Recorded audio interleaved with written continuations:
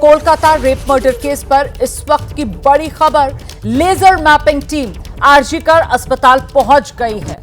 CBI की laser mapping team है, आरजीकर अस्पताल पहुंची है। कल भी अस्पताल के वार्ड की लेजर मैपिंग हुई थी और आज एक बार फिर से 3D लेजर मैपिंग के लिए सीबीआई की टीम लेजर मैपिंग की तैयारी में। आरजीकर अस्पताल में जो घटनास्थल है, मौका वारदात, वहीं पर लेजर मैपिंग की तैयारी में सीबीआई की टीम। सीधे आपको लेकर चलते हैं, हमारे साथ हमारे सहयोगी रविकांत इस समय मौजूद हैं। जरा जानते हैं रविकांत से, कल हमने देखा था लेजर मैपिंग होते हुए, आज एक बार फिर से टीम पहुंच गई है अस्पताल। क्या जानकारी मिल रही है इस समय रविकांत? हेलो, देखिए टीम पहुंची हुई है और भीतर इस समय टीम है। कल जो लेजर मैपिंग हो रही थी वो न सिर्फ भीतर हुई थी बल्कि बाहर, जहां मैं इस समय खड़ा हूं इमरजेंसी के बाहर, वहां इमरजेंसी गेट से लेकर के उसका जो दूसरा गेट है, दोनों गेट के आसपास का जो इलाका है उस पूरे इलाके की लेजर मैपिंग हुई थी। और भीतर के का जो हिस्सा है वहां पर जहां वारदात हुई उस कमरे का और आसपास के इलाके की लेजर मैपिंग हुई थी। आज भी सीबीआई की टीम पहुंची हुई है और आज भीतरी हिस्से में है और वहां पर अपना इन्वेस्टिगेशन कर रही है। रोज लगभग सीबीआई बताइए कि आखिरकार ये लेजर मैपिंग, इससे सीबीआई क्या हासिल करना चाह रही है? देखिए, लेजर मैपिंग से एक कोऑर्डिनेट्स इकट्ठा करती है सीबीआई और उस लेजर मैपिंग के मार्फत, अगर सरल शब्दों में कहें तो, जो चीज़ जहां है उसकी निशानदेही करती है पुलिस, सीबीआई, और उसके बाद ये सुनिश्चित हो जाता है कि जो निशानदेही की गई है इलाके की, उस इलाके में अगर निशानदेही के बाद कोई बदलाव भी कर दिया जाए तो वो जो निशानदेही है उससे ओरिजिनल हालात का पता रहता है। और निशानदेही इसलिए भी की जा रही है क्योंकि जो स्थायी स्ट्रक्चर है वो कैसा था, क्योंकि अगर जो अभी है वो लगभग वैसा ही पहले रहा होगा मोटे तौर पर, तो उससे भी सीबीआई अपनी जो क्रॉस वेरिफिकेशंस हैं उस क्रॉस वेरिफिकेशन में बहुत सारी चीज़ों का अंदाज़ा लगाती है कि आखिर अगर धक्का लगा तो वो कितनी दूर जाकर के गिरी होगी, कितने फोर्स से कोई व्यक्ति कितनी दूर जाकर के गिर सकता है। अगर सीबीआई ये मान लीजिए ये पता लगा लेती है कि जो लड़की डॉक्टर थी वो इतनी दूर तक घिसटते हुए गई थी या जो हाथापाई हुई होगी उस दौरान उसमें इतने डिस्टेंस उसने कवर किए होंगे, तो कितना फोर्स लगा होगा। ये वारदात किस तरीके से हुई होगी, एक तरीके से इसी की ये मैपिंग जो लेजर मैपिंग के जरिए की जा रही है, जिसमें जुटी हुई सीबीआई की टीम कल भी और आज भी नजर आ रही है। आप रहिए मेरे साथ रविकांत, मैं लौटूंगी आपके पास। इस बीच देखिए, महिला सुरक्षा को लेकर ममता सरकार की जो घेराबंदी है वो तेज होती हुई नजर आ रही है। कोलकाता के निर्भया कांड को लेकर राज्यपाल बंगाल के सीवी आनंद बोस, उनका बयान सामने आया है। महिलाओं के लिए बंगाल सुरक्षित नहीं, ये कह रहे हैं राज्यपाल। ममता सरकार महिलाओं को सुरक्षा देने में फेल साबित हुई है, ये कह रहे हैं राज्यपाल सीवी आनंद बोस। सुनिए।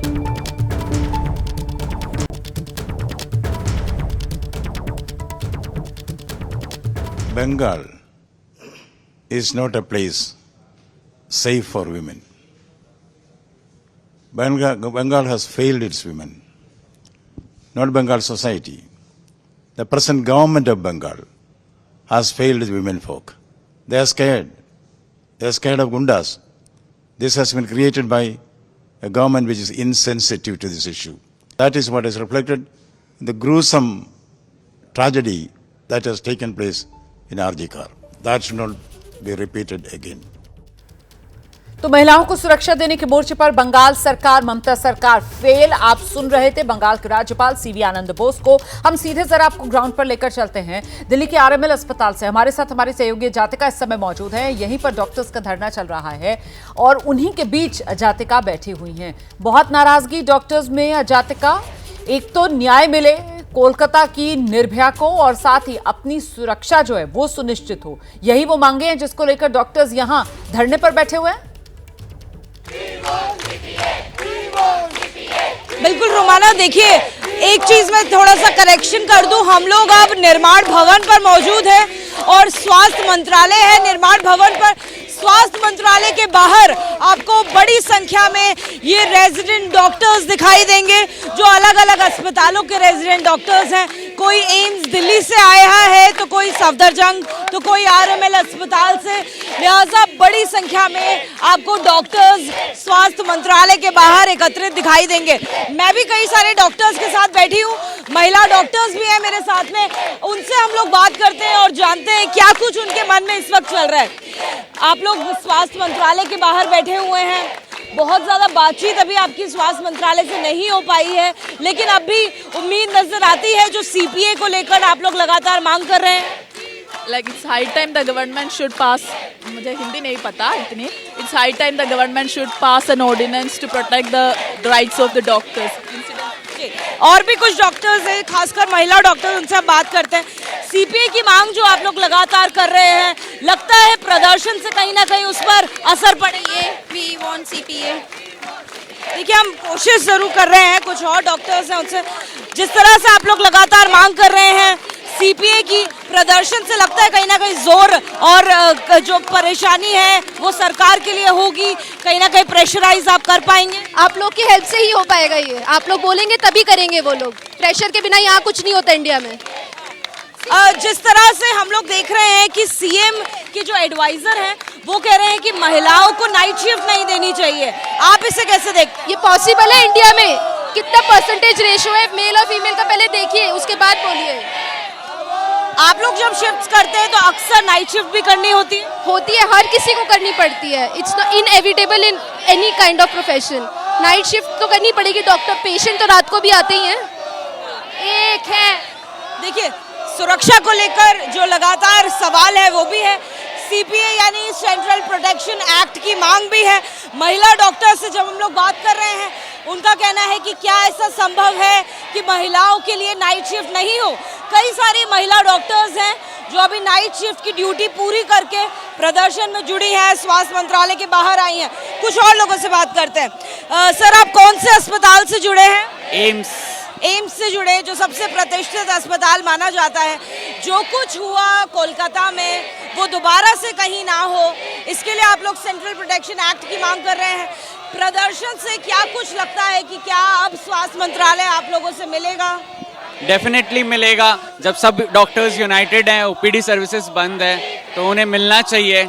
अगर हमारी पेशेंट की तरफ ड्यूटी है तो वो लोग नहीं समझ रहे कि 7 दिन से ओपीडी इलेक्टिव सर्विसेज बंद हैं, उनको नहीं पीड़ा दिख रही पेशेंट की, जितना हमारे लिए भी दर्द है कि कोई किसी पेशेंट का ट्रीटमेंट नहीं हो रहा, तो उनको जो बड़ी पोस्ट पे हैं उनके लिए भी उतना ही दर्दनायक होना चाहिए। क्या नाम हुआ आपका?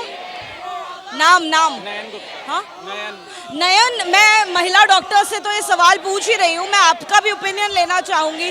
जिस तरीके से सीएम ममता बनर्जी के एडवाइजर बोल रहे हैं कि महिलाओं को नाइट शिफ्ट नहीं देनी चाहिए, आपको लगता है कि ये एक विकल्प हो सकता है?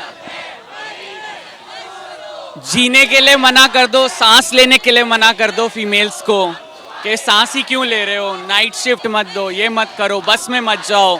कब तक रोकोगे? जिनको रोकना चाहिए उनको कोई नहीं पूछता। बिल्कुल जातिका, ये बहुत बढ़िया बात यहाँ पर जो डॉक्टर नयन कह रहे हैं कि साहब ये बात कह देना कि नाइट ड्यूटी मत लगाओ, नाइट शिफ्ट मत लगाओ महिलाओं की, ये तो कोई हल नहीं है ना। कल को आप कह दो कि महिलाएं जो है वो अपने घर से बाहर ही न निकलें, कल को आप कह दो कि महिलाएं जो हैं वो जो सार्वजनिक परिवहन है उसमें सफर ही ना करें, ये तो हल नहीं हो सकता है। कहीं ना कहीं किसी ना किसी को तो आगे आना ही होगा ना। महिलाएं, इस देश की आधी आबादी, उनकी सुरक्षा को लेकर और स्वास्थ्यकर्मी इस समय अपनी सुरक्षा को लेकर यहां पर सड़क पर बैठे हुए हैं। डॉक्टर्स ये मांग कर रहे हैं कि साहब जो सेंट्रल प्रोटेक्शन एक्ट है आप उसको लेकर आइए, हमारी सुरक्षा के लिए जिम्मेदार कौन है जब अपने वर्क प्लेस अस्पताल में भी जो डॉक्टर्स हैं वो सेफ नहीं है, सुरक्षित नहीं है, और इसी वजह से ये नाराजगी लगातार डॉक्टर्स में बढ़ रही है। इस बीच एक और बड़ी खबर आपको बताते हैं, कोलकाता रेप मर्डर केस को लेकर सीबीआई के सूत्रों के हवाले से ये खबर है। सीबीआई के शक के घेरे में पूर्व प्रिंसिपल संदीप घोष हैं। सीबीआई को शक है संदीप घोष ने अपने फोन से कुछ कॉल रिकॉर्ड्स डिलीट किए हैं, ये भी जानकारी सामने आ रही है। सीबीआई को डॉक्टर संदीप घोष पर शक। और इस बीच एक और बड़ी खबर आपको बता दूं, ये कोलकाता निर्भया कांड से अलग एक खबर है। वक्फ कानून में संशोधन को लेकर बड़ी जानकारी ये मिल रही है। जेपीसी की बैठक से पहले all India Muslim personal law board Jamiat की एक मीटिंग हुई है। जेपीसी सदस्यों से all India Muslim personal law board Jamiat की मुलाकात शुरू हुई है।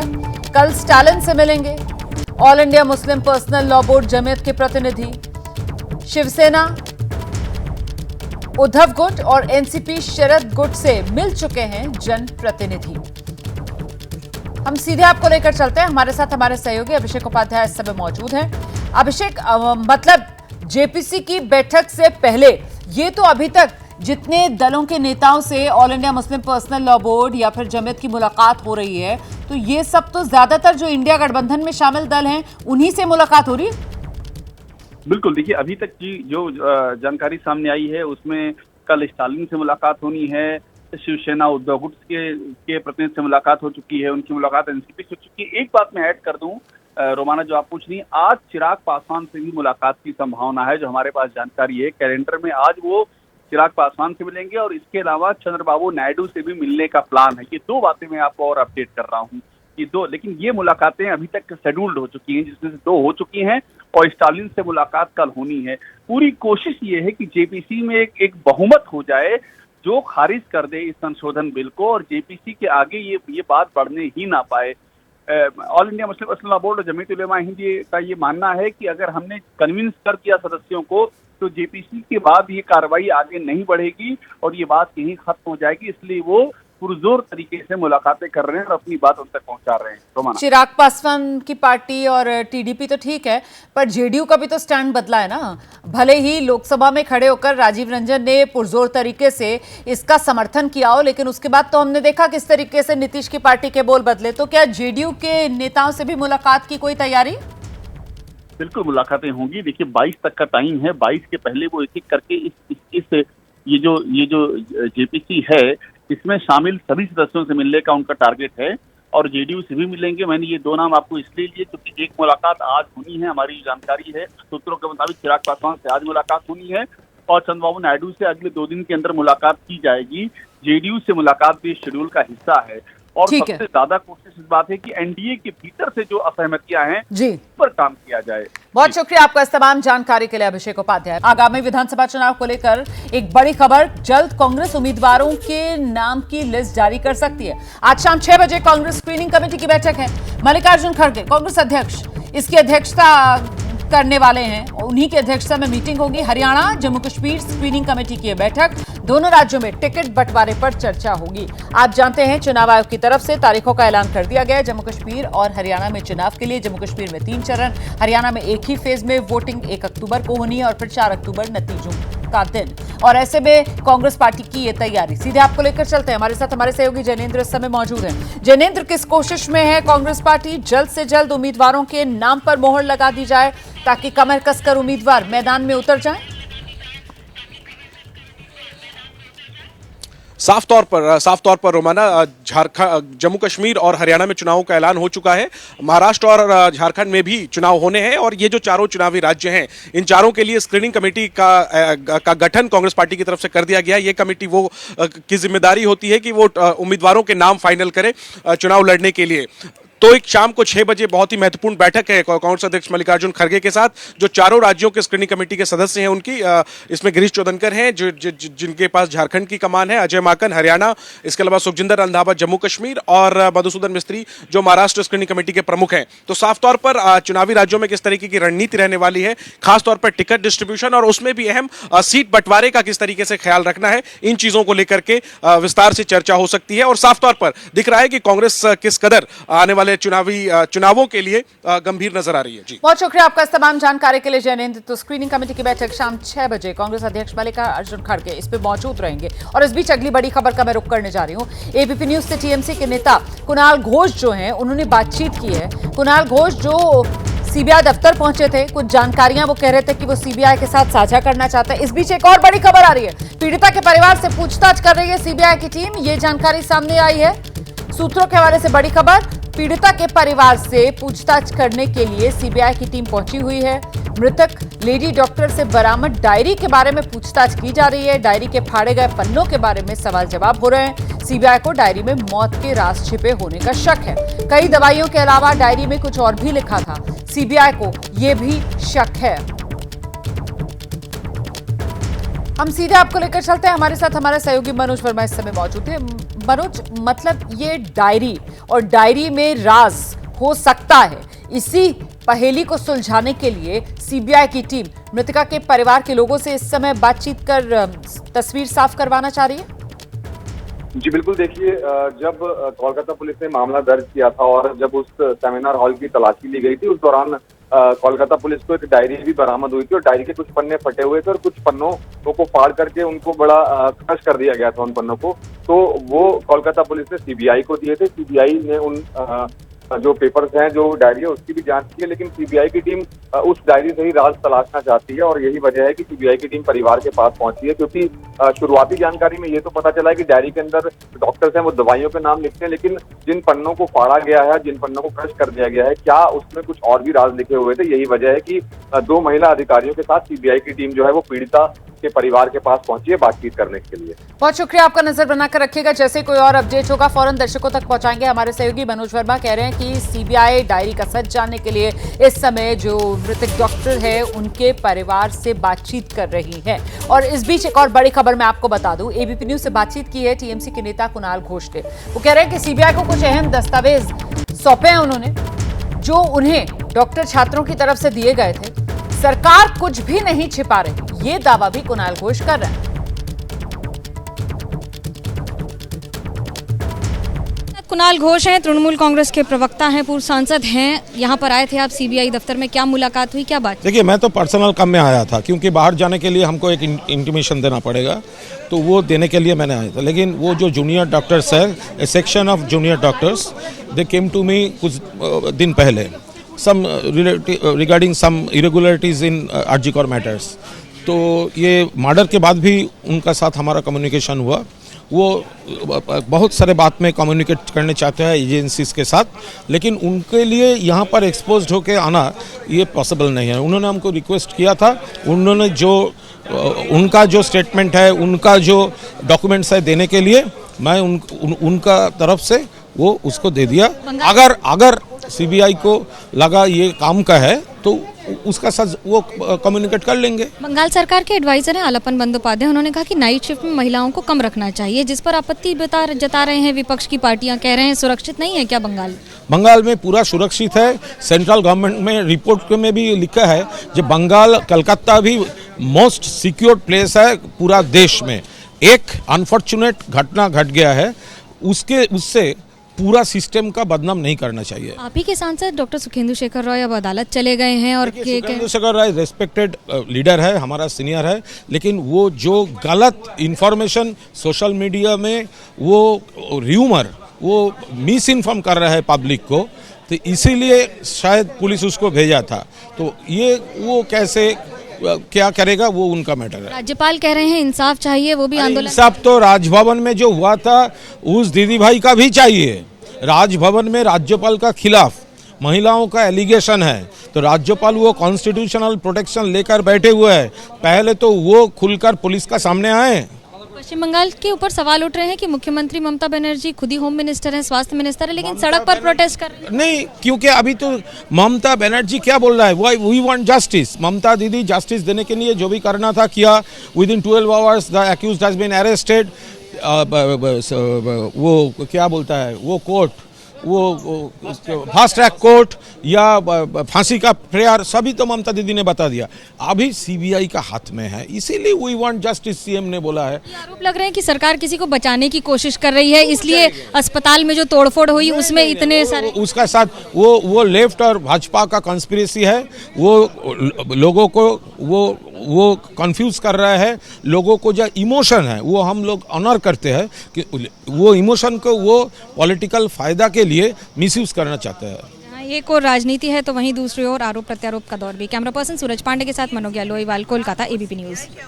और इस बीच कोलकाता में डॉक्टर्स के बाद अब वकील सड़क पर उतरे हैं। वकीलों का प्रदर्शन चल रहा है। कोलकाता की निर्भया को इंसाफ मिले और ये जो रेप मर्डर हुआ है इसके खिलाफ वकील प्रदर्शन कर रहे हैं। तस्वीरें आपके सामने।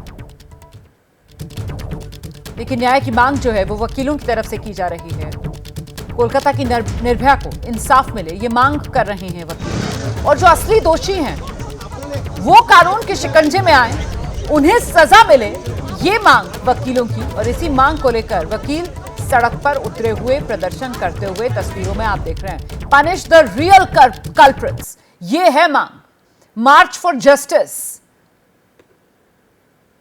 तो जो पैदल मार्च कर रहे हैं ये न्याय के लिए कर रहे हैं। मांग इनकी यही कि जो असली दोषी हैं उन तक पहुंचा जाए और उन्हें कटघरे में खड़ा किया जाए। हालांकि आपको बता दें, सीबीआई के सूत्र भी ये बता रहे हैं कि संजय रॉय, जिसे कोलकाता पुलिस ने पहले गिरफ्तार किया था, वही इस समय मुख्य आरोपी नजर आ रहा है। लेकिन अभी भी कई सवाल बाकी, क्या उसके तार किसी से जुड़े हुए हैं, और इन्हीं सवालों को लेकर सीबीआई अपनी जांच आगे बढ़ा रही है। साथ ही जो मृतका के पास से एक डायरी बरामद हुई थी, उस डायरी का राज जानने के लिए इस समय सीबीआई की टीम जो है वो मृतका के घर पर मौजूद है और परिवार वालों से बातचीत कर इस गुत्थी को सुलझाने में जुटी हुई है। कोलकाता की निर्भया रेप हत्याकांड को लेकर ये वकीलों का प्रदर्शन है और देखिए किस तरीके से बड़ी तादाद में महिला वकील हैं जो सड़क पर उतरी हैं। जिस तरीके की बर्बरता कोलकाता की महिला डॉक्टर से हुई, उसने पूरे देश को झकझोर कर रख दिया है और उसी के विरोध में देश में अलग अलग जगहों पर ये विरोध प्रदर्शन। आज वकील सड़क पर उतरे हैं कोलकाता। इस बीच एक और बड़ी खबर आपको बता दूं, दिल्ली में स्वास्थ्य मंत्रालय के बाहर डॉक्टर्स ने ओपीडी सेवा शुरू कर दी है। रेजिडेंट डॉक्टर्स सड़क पर इलाज करते हुए नजर आ रहे हैं। दिल्ली में सड़क पर ओपीडी मतलब दिल्ली में सड़क पर बैठकर डॉक्टर इलाज कर रहे हैं। ये प्रतीकात्मक विरोध जो डॉक्टर्स की तरफ से किया जा रहा है, इस बात को रेखांकित करने के लिए कि जब वो अस्पताल में बैठकर भी इलाज करने के बाद सुरक्षित नहीं तो क्या फर्क पड़ रहा है, वो सड़क पर ही बैठकर इलाज कर लेंगे। रेजिडेंट डॉक्टर सड़क पर बैठ गए, वहीं पर उन्होंने ओपीडी लगा दी है और वहीं सड़क पर बैठकर वो इलाज कर रहे हैं।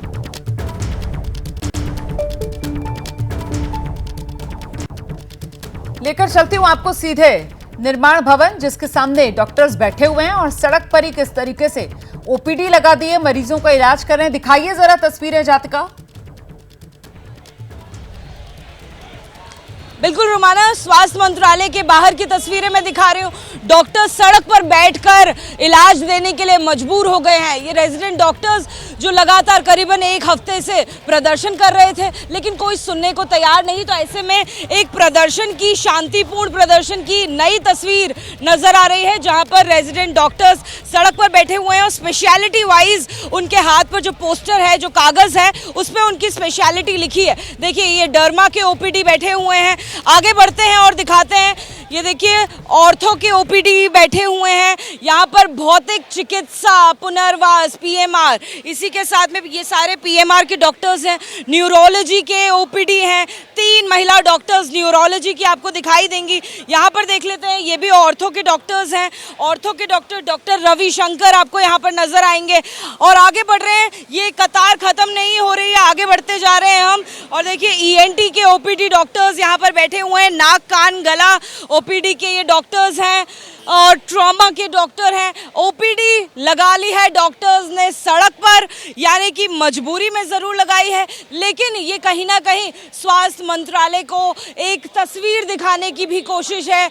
जो उनकी बात नहीं सुन रहा, जिनके कान पर जू नहीं रेंग रही, लगातार ये डॉक्टर्स कोशिश कर रहे हैं कि इनका डेलीगेशन वहाँ पे मिले, सीपीए एक्ट यानी कि सेंट्रल प्रोटेक्शन एक्ट उनको मिले, लेकिन अब तक कोई बातचीत नहीं हो पाई है। लिहाजा एक प्रदर्शन की, शांतिपूर्ण प्रदर्शन की तस्वीर आ रही है। और अब हम एक एक करके डॉक्टर से बात भी करते हैं। सर, क्या नाम हुआ आपका? मेरा नाम जिष्णु है।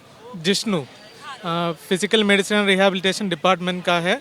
हमें हॉस्पिटल में सेफ नहीं लग रहा है, इसलिए सबसे सेफ जगह अभी इस जगह पे है, इसलिए यहीं पे। मैं देख रही हूँ सर, आपने एम्स नई दिल्ली का आइडेंटिटी कार्ड पहना है, जो सबसे अच्छा अस्पताल पूरे देश में माना जाता है, उनमें से एक एम्स है। क्या वहाँ भी सिक्योरिटी कॉम्प्रोमाइज्ड है? वहाँ पे कंपैरेटिवली बेटर है, लेकिन बाकी जगह पे स्थिति ऐसा नहीं है। हम मतलब सीपीए के लिए, सेंट्रल प्रोटेक्शन एक्ट के लिए इसलिए मांग रहे हैं क्योंकि सब जगह पे, सारे स्टेट में, सब हॉस्पिटल में सेफ्टी होना चाहिए। जी, अब कुछ महिला डॉक्टर्स से मैं बात कर लेती हूँ। न्यूरोलॉजी के डॉक्टर्स हैं। ओपीडी आप लोगों ने सड़क पर लगा ली है, ये एक शांतिपूर्ण प्रदर्शन है। क्या अगर कोई मरीज यहाँ आता है तो आप उनका इलाज भी करेंगे? बिल्कुल करेंगे। हम चाहते हैं लोग यहाँ पर आएँ और हम उन्हें डेफिनेटली सर्विसेज देंगे। हम चाहते हैं कि वो इलाज के लिए आएँ और वो देखें कि हम क्या मजबूर हैं कि हमें ये करना पड़ रहा है। क्या नाम हुआ मैम आपका? अर्चिता। अर्चना जी, आपका क्या नाम? मैं doctor Pranati from AIIMS new Delhi. AIIMS अस्पताल से हमें कई सारे डॉक्टर्स दिखाई दे रहे हैं। जिस तरह से डॉक्टर्स की सिक्योरिटी को लेकर, खासकर महिला की सिक्योरिटी को लेकर सवाल उठ रहा है, क्या वैसी स्थिति आप लोगों को भी महसूस होती है जब आप नाइट शिफ्ट करते हैं?